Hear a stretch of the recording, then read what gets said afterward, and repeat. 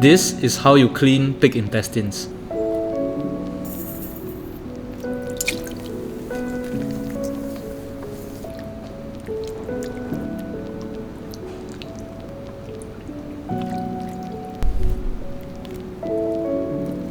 After cleaning the insides, we give it a good rinse, and now we're gonna add some flour.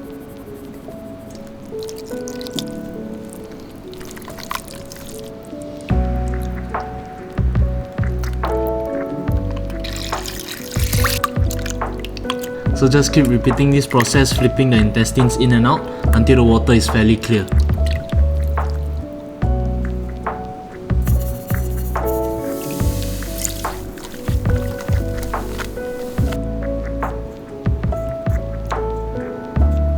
After cutting off the fats, rinse with water until the water runs clear.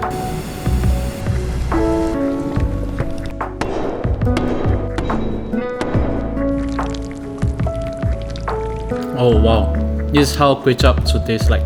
Clean.